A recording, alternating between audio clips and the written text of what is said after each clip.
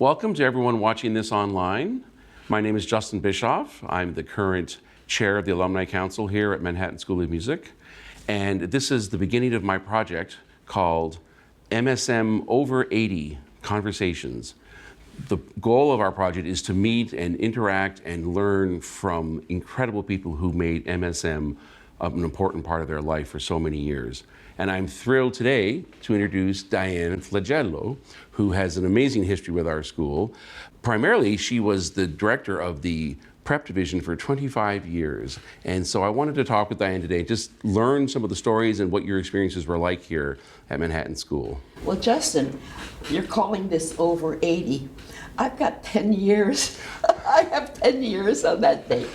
And I can't tell you how happy it is that I've been blessed all these years, and I hope more, just for the memories and just to have had the privilege of living through so many wonderful, wonderful memories. I'm happy to be here. So I know that people would love to hear your journey from the beginning, as a child, and how you got involved in this whole world of music. We're here to hear stories. Oh, you would never believe it. At age 8, my father used to always talk about the xylophone, but he never played it. So at age 8, here I'm in school, and some teacher says, "What instrument do you want to play?" And I raised my hand. I didn't even know what the instrument looked like. And I said, "Xylophone." And all of a sudden, I'm given a little wooden xylophone, and that's how I began. And I played this novelty instrument, never realizing that it was a novelty instrument.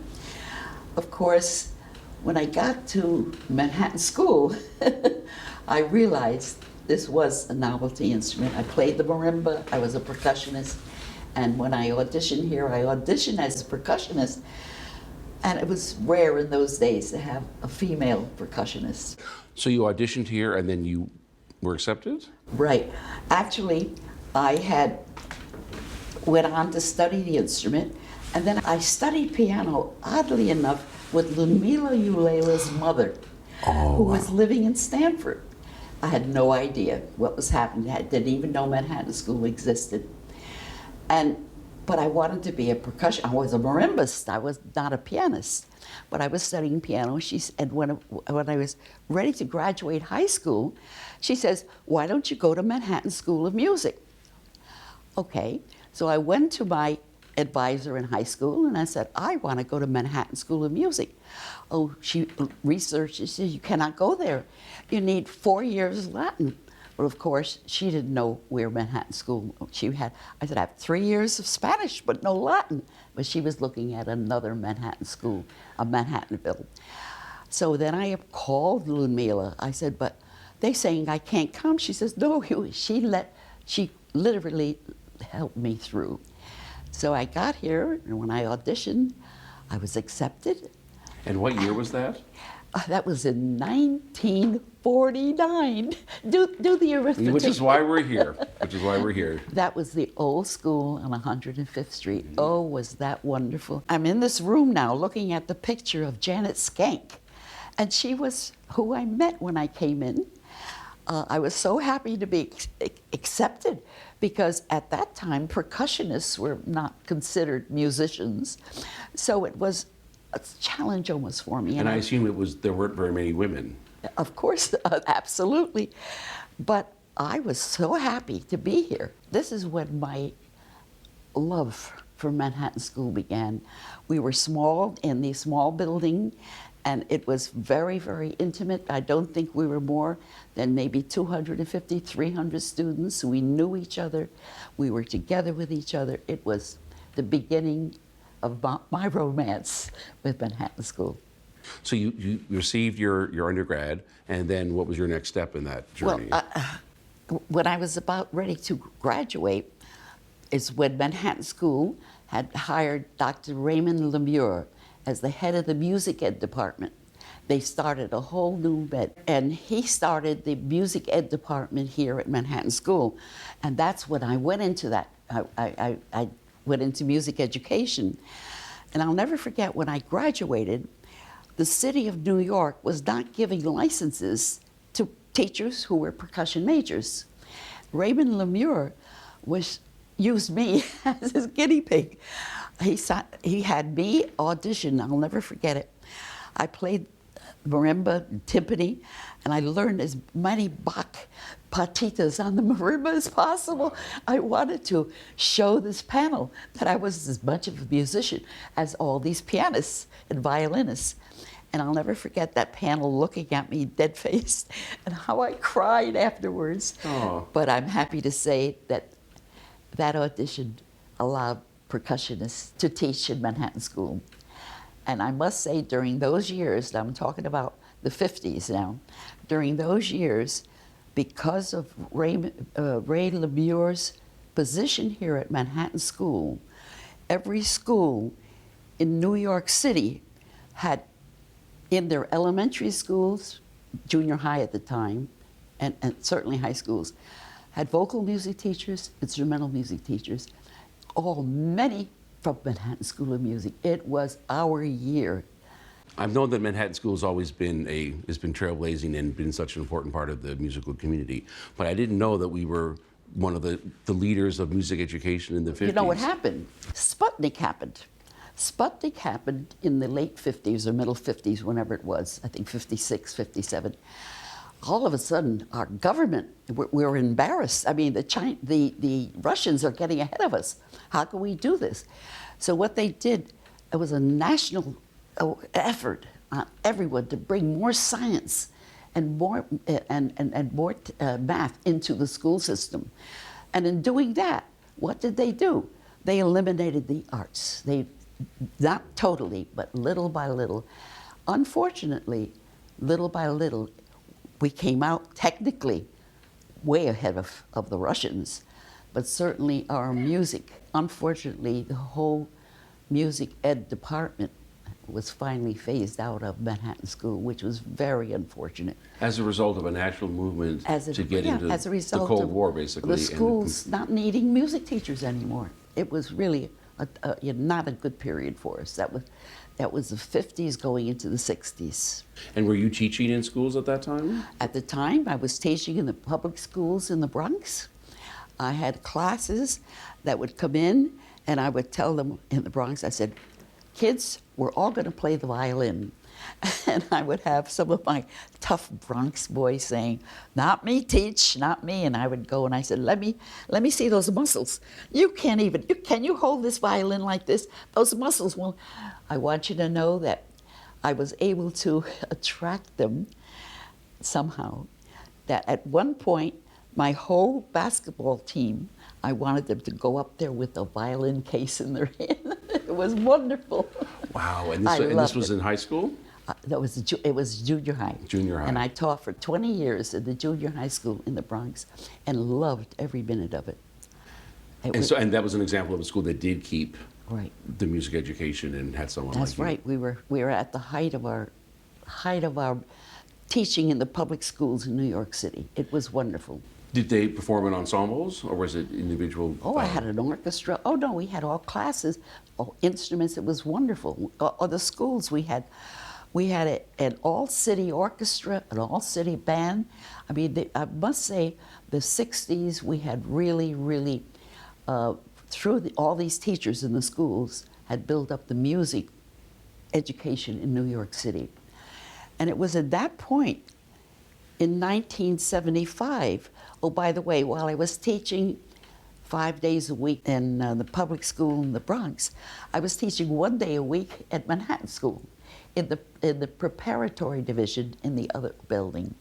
My two sons were young. I would bring my sons in on Saturday morning. We'd spend the whole day here at Manhattan School. Mary Lenone was the director. And I would have to sit here at Manhattan School on Saturday and wait for my sons to go through classes. And I would see kids with instruments, and I would say, hey kids, come on, let's go. We find a practice room. Let's go play. And because I conducted the orchestras in the public school, I had all this literature, all this. So you were conducting as well? Yeah, so I was conducting the kids. And then Mary Lenone said, how would you like to start an orchestra here? So I started the orchestra in the old school on 105th Street. On Saturday mornings, I would conduct the children's orchestra in the prep. But that was when I met Cynthia Auerbach. And Cynthia Auerbach was some treasure for our school. She had asked my late husband, Nicholas Flagello. By the way, I have to say that I met Nicholas here at Manhattan School. I don't know if you want to know that. But Absolutely. I was in his orchestration class. And when I think about how I used to write the orchestration in pencil and then do it over very neatly in ink to impress him, and then he, with the red pencil, would go through my score. If I knew I was going to end up marrying him, I would have never done so much work. Well, he was a prominent composer, and he received his master's here. Right. And then was on the faculty for, I think, 25 years. 30 years. 30 yeah. years. In study with Giannini. So it was at that point Cynthia Auerbach had asked Nicholas, my late husband, to write an opera for the children. And that's when he wrote The Pied Piper. And we had the whole prep division. We had lots of little mice all around. And in 1969, before we moved, maybe it was 68, before we moved, we did it, before we left, we did it in the old building at Cynthia's encouragement. Was she the director of the prep division? No, she was just one of the teachers, one of the theory teachers. And when we moved into this building in 1969, I hired her as a chorus teacher. She was later hired by the college as a theory teacher and as a choral teacher. So she was able to bring that element from the college when we needed adult students in our operas, in our children's opera. And we had 15 years in this building of children's opera, all because of Cynthia Auerbach, because of Cynthia's vision. Of course, I helped her. Of course, I was the director. But without a Cynthia Auerbach, we could have never done it. We had 15 years in this building of operas. We did Janáček's The Cunning Little Vixen. We did the Noah's Flood. Noah's Flood. We also did William Schumann's Casey at the Bat. Many. I should have done my homework before I came here. Remember You're doing really well. You know, when I was an undergrad here and a master's and a doctoral person, and then I was a professor, and I remember distinctly the Noah's Flood poster in the cafeteria when I came to come to school, and I'm like, wow, they did Noah's Flood here.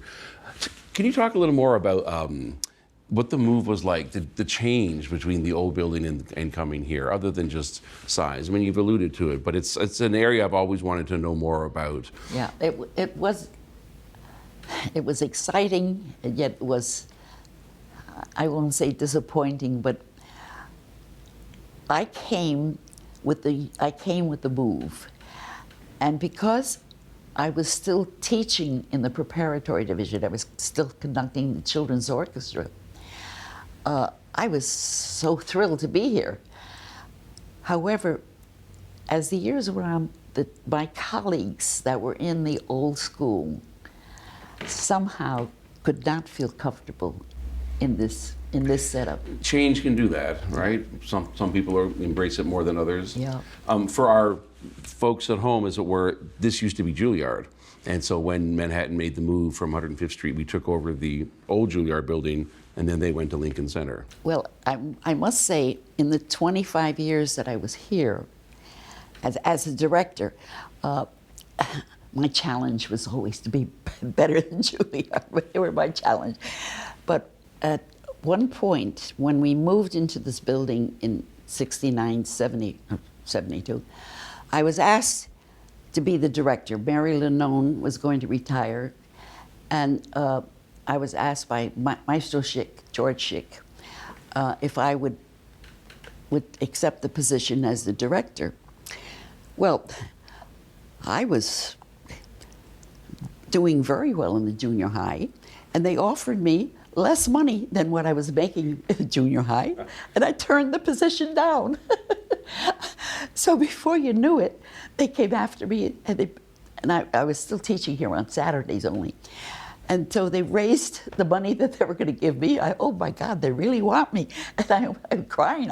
I said, I don't know how to be a director. What am I going to do? Anyway, I did accept the position. And I said to Mary, you know, I don't know. I think my big challenge was, how can I know what teacher is good enough or should be directing this student? This was, how do you figure that out? And that was my big problem. So she said to me, there was this recent graduate from the Manhattan School College, a girl named Terry Wager, a flutist, who has been working in the pre-college as work study. Mm-hmm. And she's so bright and she's so wonderful, you might want to hire her. So I approached Terry. I said, Terry, I'm looking for someone. You have good qualifications. I said, I'll make you my assistant director. Will you come to work with me? Little did I know that Terry also lived in New Rochelle, where I lived. Oh. So for 25 years, we drove here together. We drove home together. I was at Terry's wedding. I was there when her children were born. Terry was my right hand. And she was your assistant director for the whole 25 years. And there were things that went on between. I loved people. I loved being there with people. She didn't like the people as much. She was with really a lot of the administrative things, which I didn't particularly like. So we really made a team. And Terry and when I retired, she decided to retire. And here it is. It's almost 25 years I've retired. I still see Terry. I've been at her children's weddings. She's been at she's like my daughter. I had 2 sons, she's my daughter. That is amazing. I tell this a lot to people where you can be a leader, but it's so important to have someone with you. And I didn't know that you had that kind of a person. I mentioned Lewis and Clark and Hewlett Packard, and the list goes on, right?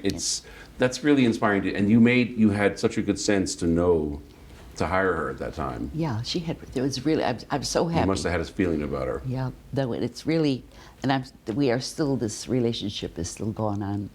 But to go back with Mrs. Skank, mm-hmm. Who was the founder of Manhattan School of Music? She was the founder, and she somehow was able to attract on her board people in New York City, of course. Mrs. Skank was a socialite. She was a socialite in the 20s and studied with Harold Bauer in Paris. And she was a pianist. So most of the socialites just went on to live this beautiful socialite life. But no, she came back to Manhattan School in the old building. The old building did not exist yet, but she was giving piano lessons in the storefronts to the immigrant children for 10 cents a lesson. And she would go to these cocktail parties with her socialites. And it said of Janet Skank, and I teased her one time, that she would never leave a cocktail party without getting someone to donate a piano to her school. And this was this feisty, wonderful, elegant woman. And so when the old building was purchased by this group, this is when it became Manhattan School. Of course, that was in 1917, 1918. I wasn't there until years later, but Mrs. Skank was there, and so was Josephine Whitford. Oh, was Josephine Whitford something? She was dean. Josephine could tell you, by the way, you didn't get your English assignment in, or by the way, that theory time, it wasn't good. She knew every one of us in the old building. She knew our grades, she knew what we were doing, she knew who we were seeing. And if any of the foreign students had no place to go for Thanksgiving or Christmas, she made sure somebody took them at their homes. Wow. So she really helped it, created it, a community. Somebody from out of town or out of the country. She made sure she was wonderful.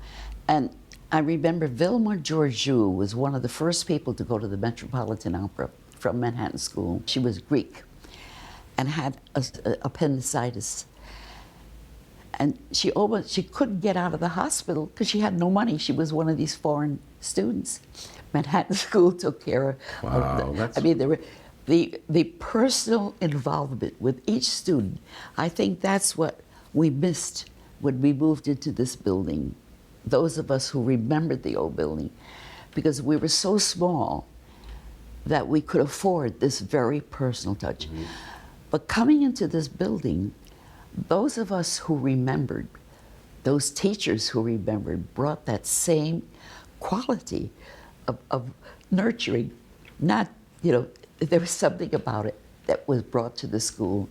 And I think if anything was later said, the difference between our school and that other school down there was that the personal care and interest we took in each student that came.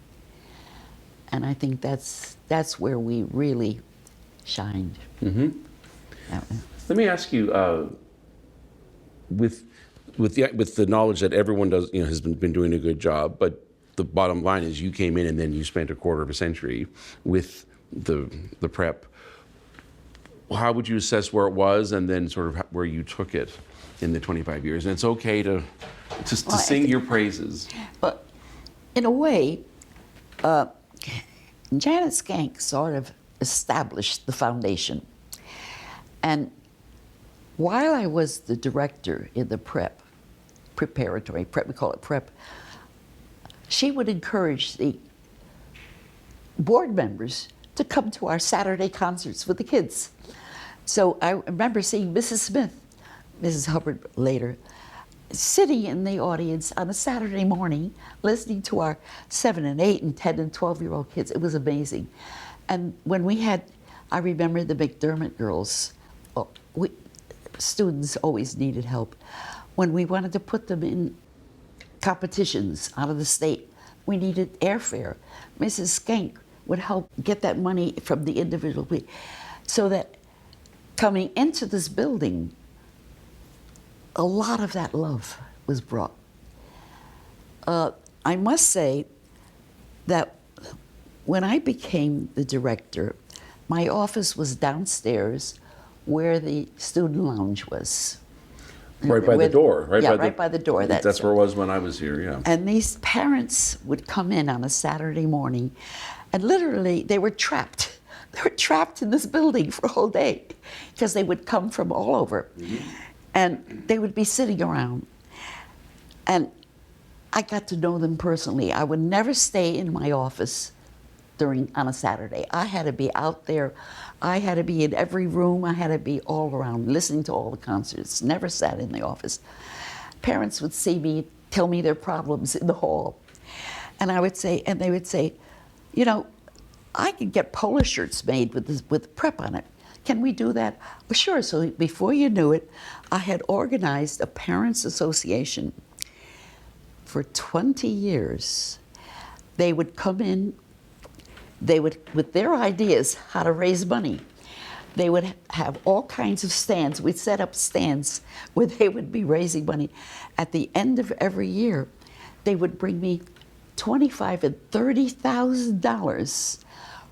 Now we're talking about the 70s, huh? Mm-hmm. Raised by the parents that would go into our scholarship. It was an amazing time. And I still am in contact with those parents.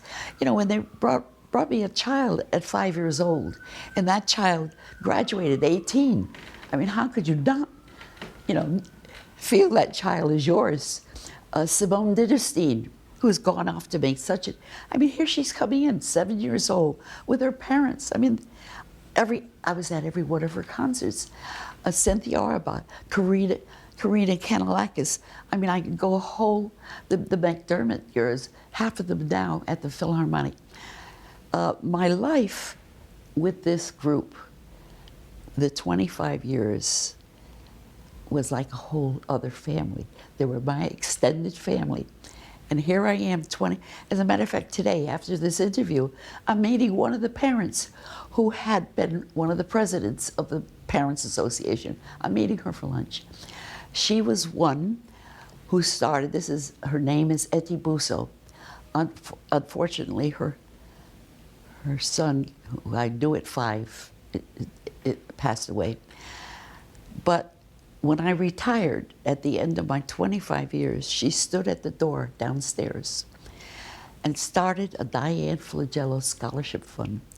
She started it. It was her with her cup in hand. And every parent come in had to put into this cup. She continued this. She knew I was retiring that year. She got after the teachers. She got after the parents. Can I tell you how much money was raised? I'm still shocked. I was still shocked. It was over $400,000. Came in from all over. And that was in 1999. She had, as a matter of fact, I had the fundraising department here at Manhattan School put her on the staff to continue, and she did. And she came and she worked on the staff here for a while. Wow. But it was amazing. What an amazing tribute to you and the work you did, all for a job that you turned down, and you weren't sure you knew how to do it. That's right. I think you figured it out. I think you were able to work through. But isn't that the way in life when we take on a challenge that we're scared of it, but we can't even begin to foresee what the amazing results and the opportunities that are yet to be even thought of. And you're such a living embodiment of having done that. People in Manhattan School of Music, anyone who's been around for a certain amount of time will always talk about Dianne and those 25 years and what a foundation that we've been building on ever since. Just grew into the job. And as a matter of fact, I would say but not everyone can do that. Well, I would say to Terry, how come we didn't think of that 10 years ago? I mean, how come we didn't do that? I think I have to say, the combination, my right arm, I still have to say that. But I think the close association with the parents and their children, and I was and what I did at one year, I must tell you, at the auditions, we would accept those students who had the standards that we had hoped would be Manhattan School standards. At the same time, an 11 or 12 or 10-year-old pianist that was not very well trained, but with the eagerness to be here, how could I turn them down? I'm going to give you an example of one.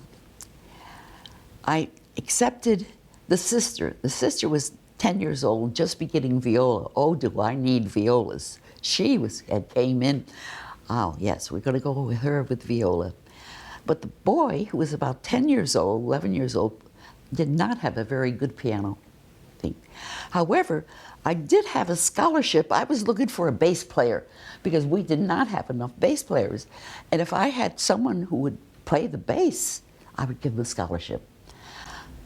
You know who that person was? David Grossman, who had not only did he said yes, he wanted so badly to be here. We started him on bass. He was one of the youngest bass players to be accepted by the New York Philharmonic, and I brought him in. He wouldn't have thought to do bass if he didn't have this opportunity. Never to accept him on piano. I mean, we would have lost him, you know. After a while, I must say, not like Juilliard, because that was always my challenge. I always had to be better than them. We almost became like a two-tiered preparatory division. Those highly talented students, you know, with the drive, and those not so talented students, but had the drive. So I brought those others. So I was after I learned. It took me a while. Mm-hmm. This is not what I had intended, but this is what I had discovered as a director. That here, this 10-year-old, even this 14-year-old, who was so poorly trained, but look at the vigor. This is what he wants. Let's put him on trial. What I did for the teachers here at the prep, they were so eager to teach. And of course, every teacher wanted a talented student. But what had happened, these not as talented students were a challenge to the teachers. And all of a sudden, I'll never forget, Peter Vinograde one year. I said, I have this student. I said, he was about 13, 14 years old. I said, but we'll accept him on trial. Will you take him? Okay. Do you know that student, after 2 years with Peter, played the concerto with the school orchestra? You know, maybe not with our orchestra, but with the school orchestra. So I think part of my success as a director was this combination. The matching. And then I was sure that I went to every single concert. I then organized a concert. Before I came with the monthly concerts, and every kid that was a star played at that monthly concert. What I did was organize concerts every week, and then taken from that weekly concert, take that student. I mean, so here you have this 8-year-old shaking, scary, coming in to do a concert. Come back next week, do it again. Come back.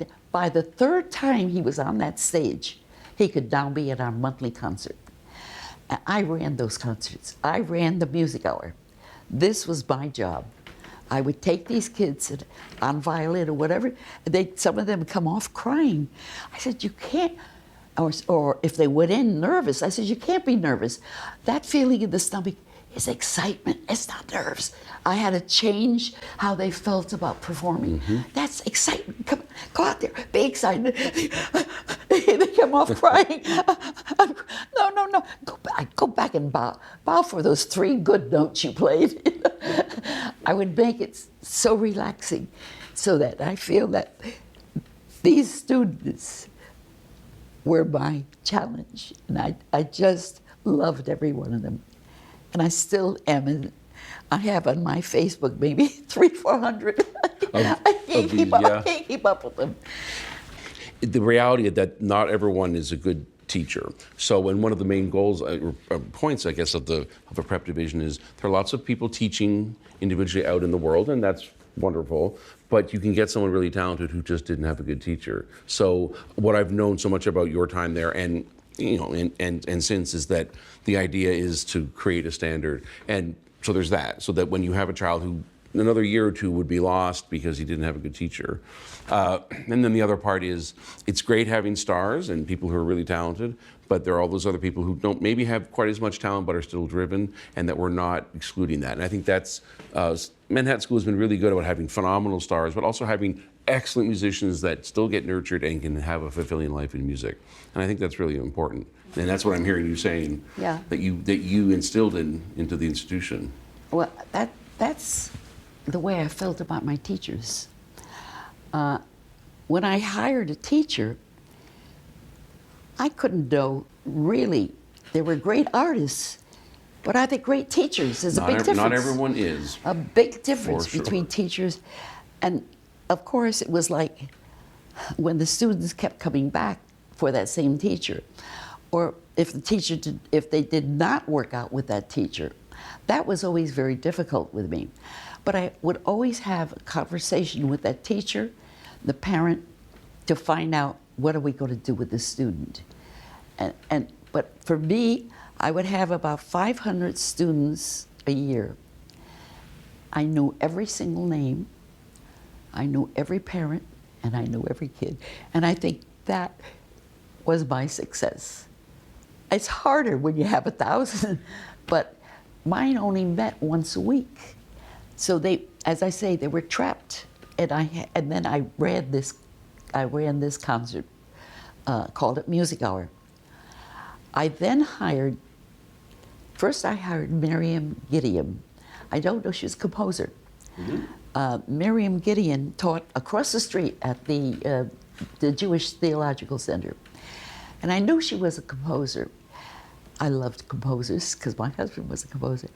And I hired her to take the high school kids because I couldn't handle all those kids in a day. So my music hour went up to kids age 12, and anybody high school would go to Miriam. Her standards were, we worked together. And they went over to the... No, they're right here. They still stayed here, but she came here. She walked over. Nice. She would come over here. When she passed away, Ada Kopek. Did you know Ada Kopek? I know that, yeah. I then hired Ada to take care of the high school kids.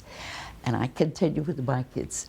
And I think that I tried to find teachers, but even if the teachers were not In my 25 years, I let one teacher go. I was going to ask you if you had difficult moments like that. And it was because of sexual behavior. And I won't give his name.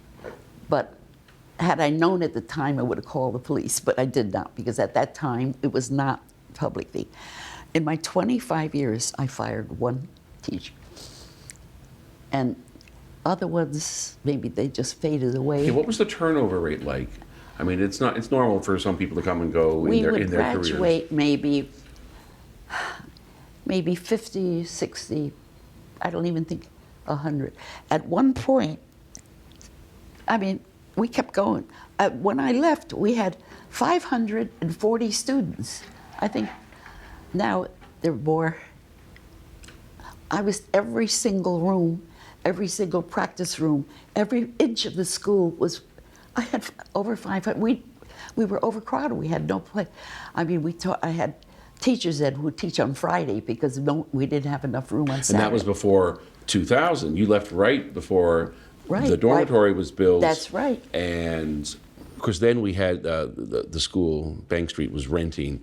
But since that has changed, now there's so much more room. For instance, we're in the old boardroom, which is now a classroom, used as a classroom. And when all the administration offices moved up, there were more practice rooms. But I remember when I was here, for all of my degrees before the dormitory, it was crowded. So I remember on Saturdays when I would be here occasionally, it was pretty mayhemic because there were just so many kids, but a good energy. A good energy. I was curious too about the turnover of teachers. Like, you know, how long did some of them stay to be able to create? I had teachers a connection. Stayed with me. Unfortunately, after I retired, I got calls from teachers. One of them said, "Dianne, I've been there 47 years. How could they let me go?" What happened, he had no students. I think that I always felt that Manhattan School needed a football team. If we had, because we never had enough lower brass people. We never had enough brass. But if we had a football team, we would have because those bands out in Long Island had all the students, kept the students on Saturday. So I tried to start a Sunday school. I tried to get a school going on Sunday here for a while, because I knew out on the island, New Jersey, all those bands had brass people. I did succeed. It was difficult, but I did succeed in getting a jazz program in here. I managed. I got Justin DeChick. Oh, Justin was He was teaching wonderful. over at LaGuardia. And I wanted to get a jazz group because, you know, I must say I played marimba and I played club dates to come to Manhattan School when I was a student. I played the vibraphones. I had my own trio, bass, drum, and I played jazz in the club dates. And I was determined to get a jazz program going here. So Justin first came here for the pre-college? Justin came here, right, in the prep. He came here in the prep. Because then we founded a fantastic, to this day, a jazz program, Manhattan School, and Justin was the head of it for many, many years. He came to see me. I said, Justin, it was just amazing. And same thing with, Jonathan Strasser, of course, he was at LaGuardia, but I'm telling you, most of the teachers in the schools all came from this program, right here, that Braden. Justin just turned 80, by the way. I know it. We're together. So you asked me, these teachers I still know, Ellen and Belly. I mean, here we had Earl Carter and please, I don't even want to start with the teachers that I had for 20 years. They were my friends. We became. So a lot of them stayed for a long time. Oh, they stayed. You didn't have that kind of every year. At one point, I was invited by one of the Taiwanian parents if I could take a group of teachers to Taiwan for the summertime, to do a summer camp, music camp. I took over 20 teachers. They were all in the prep. We were sponsored by the Tainan newspaper, and our trip was paid for, our stay was paid for, but we didn't get it paid for teaching. These teachers taught, so I brought these teachers and we did summer programs 3 years in a row. And the teachers actually, Solomon came with me, actually, Solomon never learned to eat with chopsticks. Always would Solomon Mikowski. would always have a spoon. You have a hidden spoon. I love it. But we taught for 3 summers with this group. We were sponsored by the local newspaper.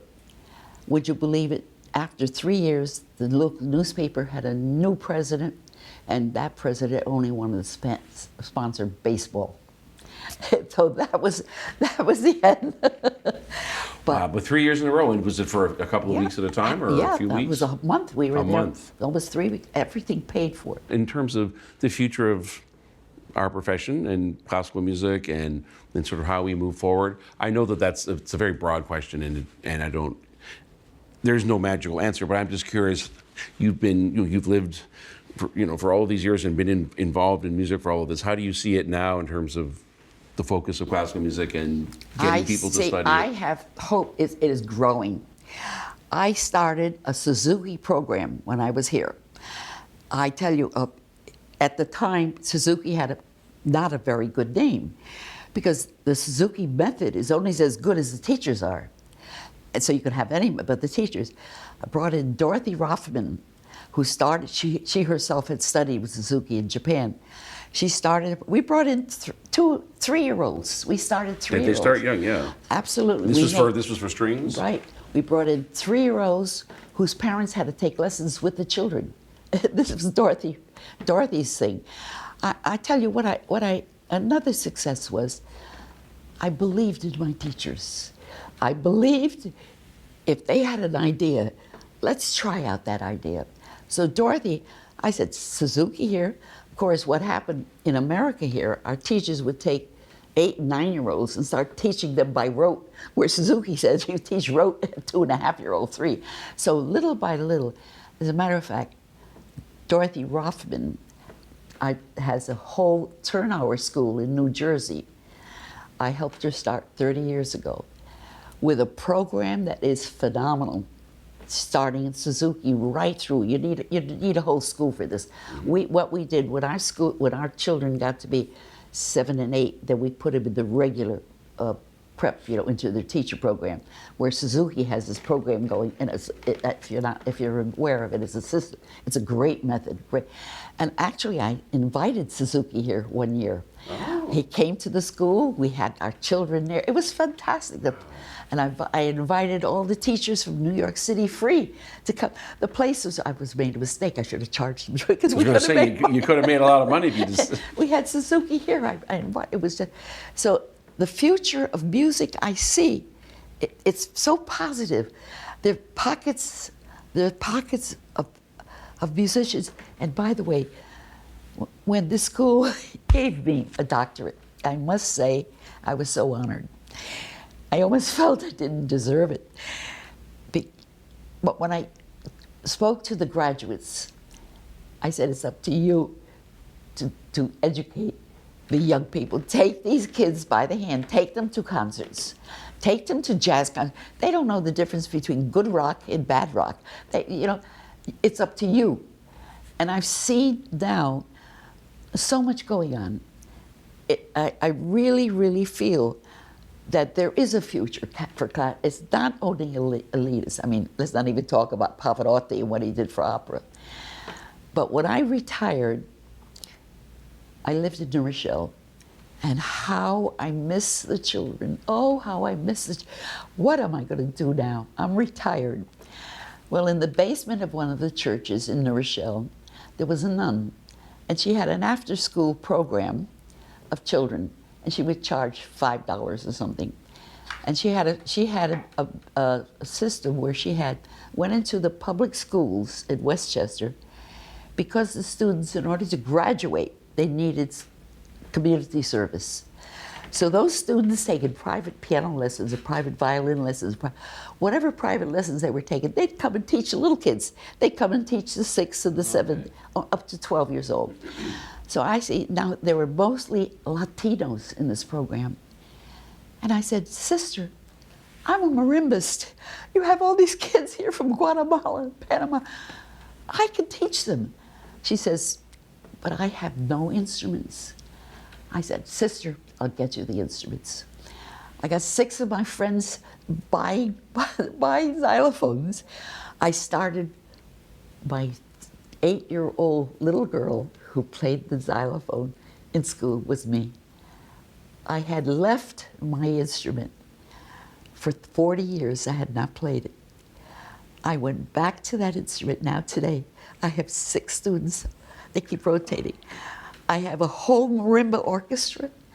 I started a symphony orchestra, but I gave that to the violinists. I said, you guys, you do better than I can with the strings. I started the marimba band. I'm just doing now Pachelbel's canon. I'm doing it with 6 variations. Pachelbel would die if he heard this. Well, I think what's been done to Pachelbel's canon already would have killed him. But that's so you just can't help yourself. You're a natural That's creator. What I do. Yep. You're not going to sit still. You know, that leads me to a question. What do you do to decompress when you're not doing all of this, like for music and work and? Oh, I paint by number. I can't paint, but I paint by number. This, I got to tell you, the pandemic. That year, if anybody was happy, it was me. This you can edit.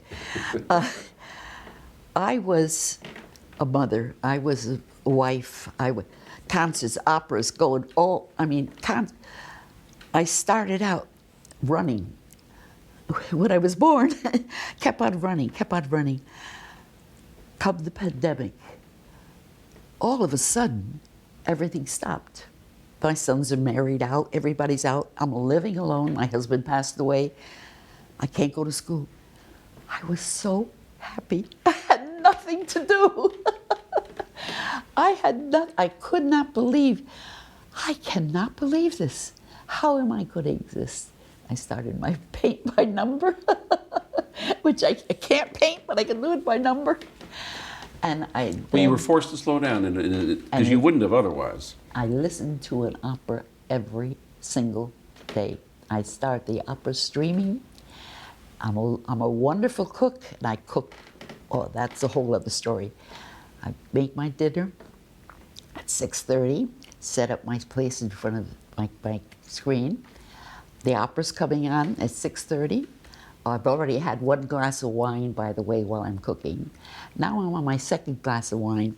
Many times I don't arrive to the 2nd act because by that time it's around 9 o'clock.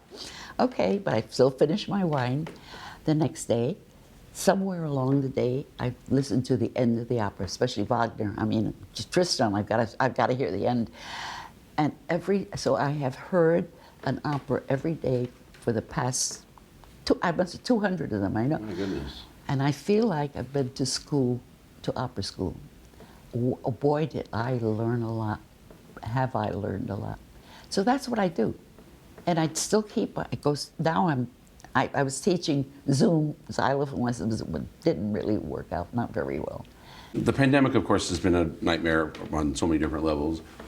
You know, the health and sickness and death and the economy. But I have a few artist friends who've told me similar stories. They said, I just was so busy doing different things, and now I just sat down and decided I was going to learn all the rest of the Bach, or because they were forced to. And it's not that they would want to have a pandemic, but trying to make the best of it. And certainly learning 200 operas sounds like you were. And with the xylophone group, what I played, last concert, I did the Bach double concerto for 2 xylophones. Really? Me and my student was 15 years old. I did the Bach, I loved it.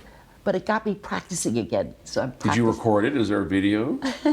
It's on some kind of, kid thing. Well, we'll have to find that. My goodness. But what fun.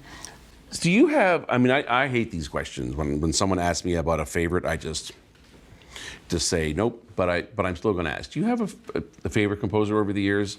One that has, I guess, especially resonated with you? It's got to be my husband.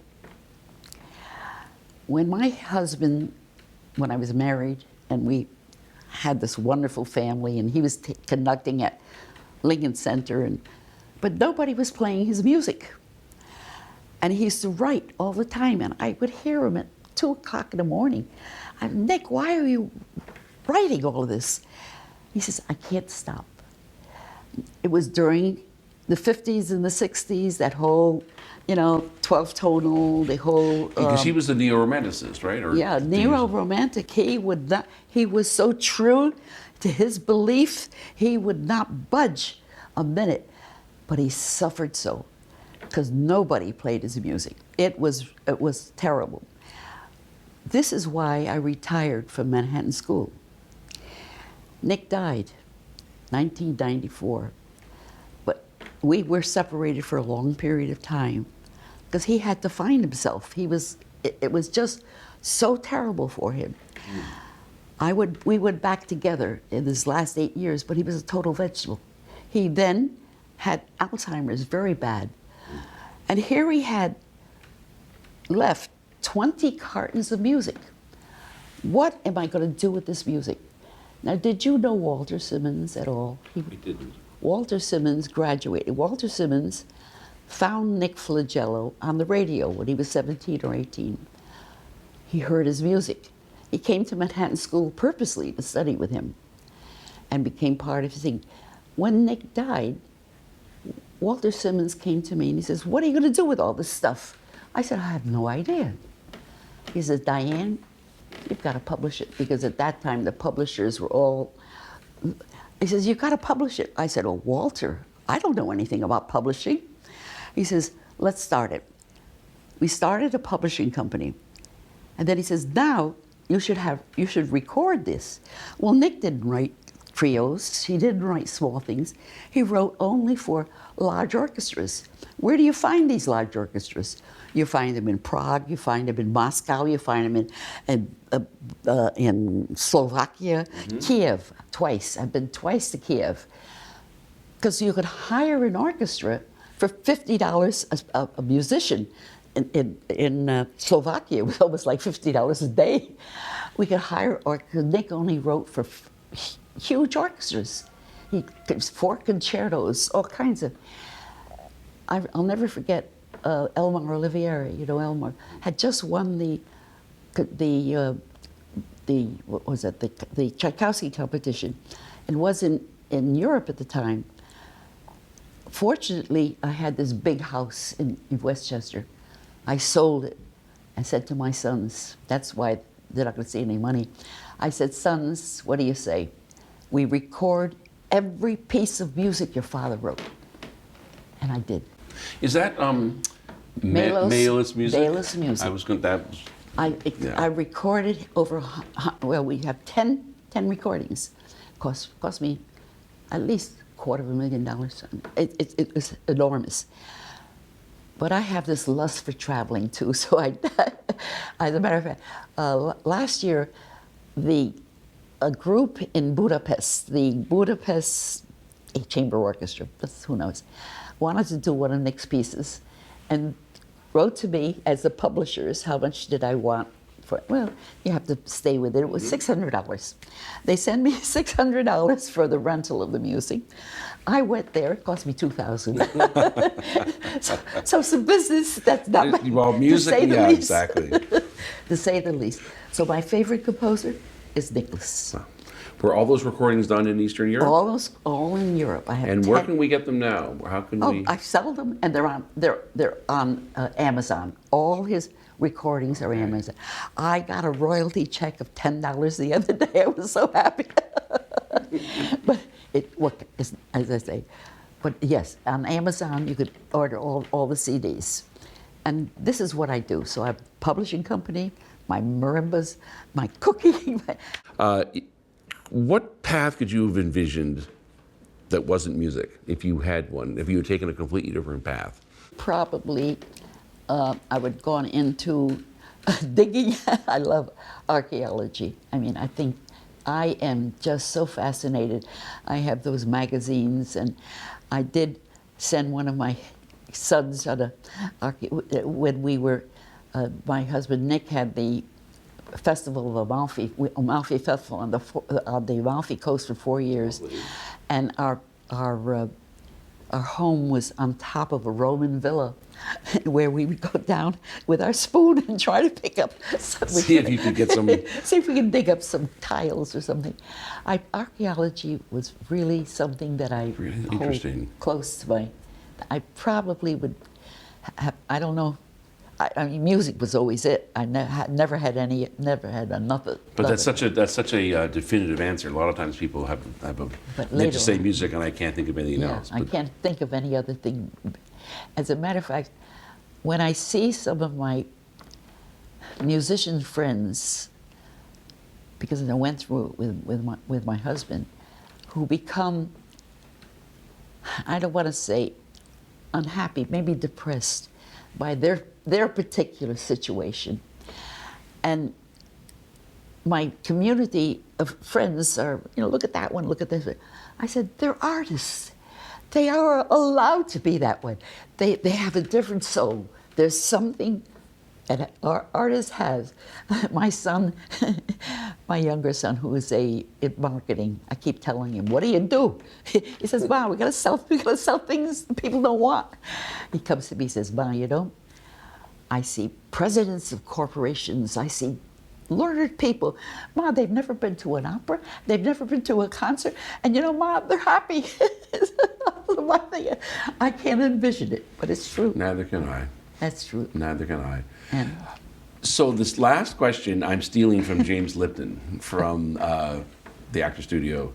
There are many questions that he used that I would not use. But this one, he asked people of all ages, and it's a fun one. So, if heaven exists, what would you like to hear God say when you arrive at the pearly gates? I am sure I have blessed. God has looked after me. I know He's looked after me. I have never, you come through life with many, many problems. Maybe I could use this as an Sarah. I visited with my granddaughters in Arizona. And at that time, one was about 7 and the other 8. And I'm driving my son's Volvo. And I really don't understand the gas gauge. So we run out of gas. And here I am on a secondary highway. And I got these 2 little kids who are crying. I said, "Oh, I ran out of gas." And they're crying. I said, No, don't cry. I get off the car and I start to walk with them. And a lady pulls out. She said, "Can I help you?" I said, "Yes." I said, "I ran out of gas." "Well, my son doesn't live too far. Can you drive me?" Puts us in. So I turned to my little granddaughters and I said, "Listen, whenever you have a problem, you never worry. Fairy godmother up there, they'll look after you." You go home. The next morning, my 5-year-old, "Grandma, how did the fairy godmother know how to find us?" That's what I feel. I have been blessed with my financial problems, everything. I just feel there is somebody looking after me, and I know He's there because He gave me a granddaughter now who's a composer, who has just been made composer in resident in Colorado.